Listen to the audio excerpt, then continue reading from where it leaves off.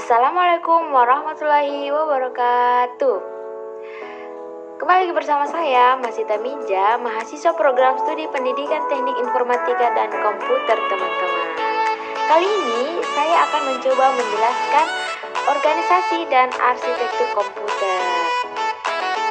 Pertama-tama saya ingin mengucapkan rasa syukur kehadirat Allah Subhanahu wa taala karena atas karunia-Nya kita mampu dilindungi dari virus corona yang akhir-akhir ini sangat mencekam. Kemudian yang kedua, saya ingin mengucapkan rasa syukur dan terima kasih kepada Bapak Alimuddin Sa'ban Manuru selaku dosen mata kuliah pembelajaran micro teaching.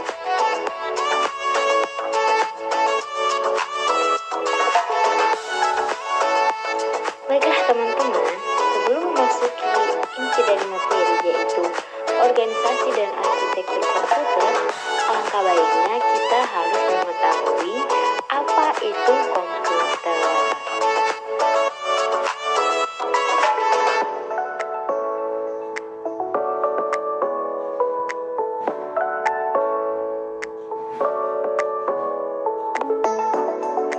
Jadi, komputer adalah seperangkat alat elektronik yang terdiri dari CPU, monitor, dan rangkaian penunjang lainnya seperti monitor, mouse, keyboard, dan lain-lain.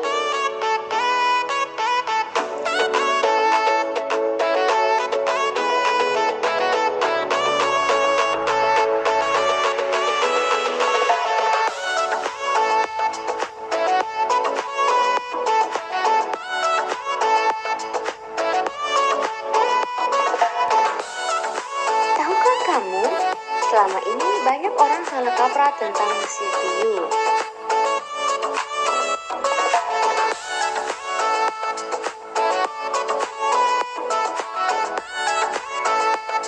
Banyak orang Indonesia menyebut ini CPU. Akan tetapi sebenarnya ini adalah tower. Dan tower ini merupakan inti dari sebuah komputer yang terdiri dari beberapa komponen, antara lain yang pertama motherboard, yang kedua VGA, dan yang ketiga prosesor, keempat CPU, dan lain-lain. Oke teman-teman, langsung saja kita masuk pada pembahasan organisasi komputer dan arsitektur komputer. Check it out. Yang pertama, pengertian dari organisasi komputer. Organisasi komputer adalah bagian yang terkait erat dengan unit-unit operasional dan interkoneksi antar komponen penyusun sistem komputer dalam merealisasikan aspek arsitekturalnya. Biasanya mempelajari bagian yang terkait dengan unit-unit operasional komputer dan hubungan antara komponen-komponen sistem komputer. Kemudian yang kedua adalah arsitektur komputer. Pengertian arsitektur komputer adalah konsep perancangan dan struktur pengoperasional dasar dari suatu sistem komputer.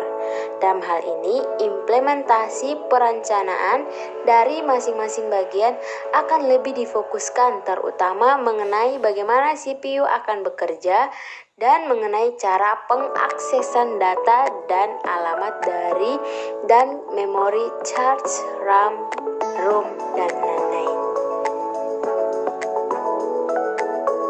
Kemudian teman-teman, yang ketiga adalah apa sih perbedaan organisasi dan arsitektur komputer? Organisasi komputer merupakan bagian yang terkait erat dengan unit-unit operasional. Contoh, teknologi hardware, perangkat antarmuka, teknologi memori, sistem memori, dan sinyal-sinyal kontrol. Sedangkan arsitektur komputer merupakan atribut-atribut sistem komputer yang terkait dengan seorang programmer. Contohnya, set instruksi aritmatika yang dipergunakan, teknik pengalamatan, serta mekanisme input dan output. Oke, pembahasan yang ketiga yaitu perbedaan antara struktur komputer dan fungsi komputer.